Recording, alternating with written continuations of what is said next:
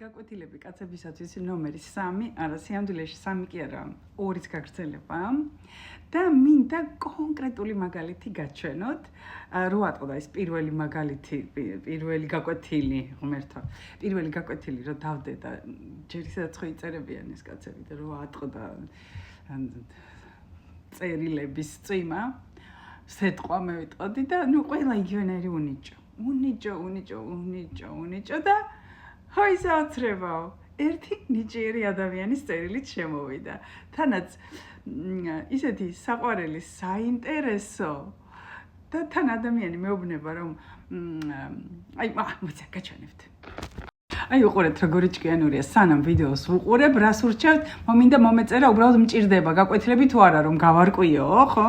ტყუილად რომ არ ვუყურო ვიდეოს, იქნება და გამომდის ფლირტი.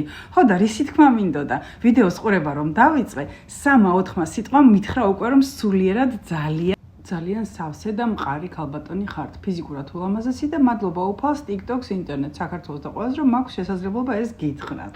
ხო და უყურეთ აი როგორი პირდაპირ ნათელი მაგალითი იმისა, ხო?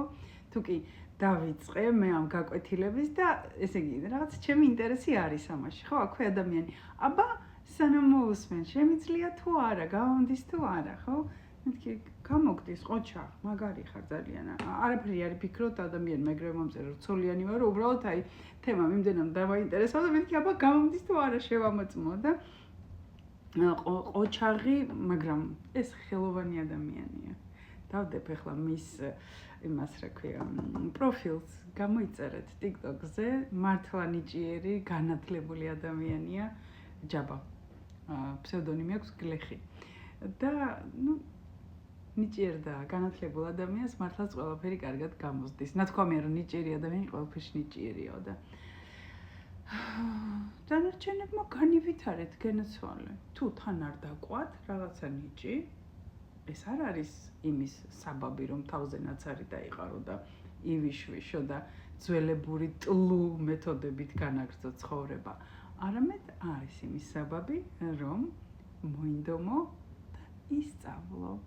გააკეთო ერთხელ, ორჯერ, 10ჯერ ცდი, მერე უკვე კარგად გამომგივა და უკვე ავტომატურად კარგად გამოგივა. ასე რომ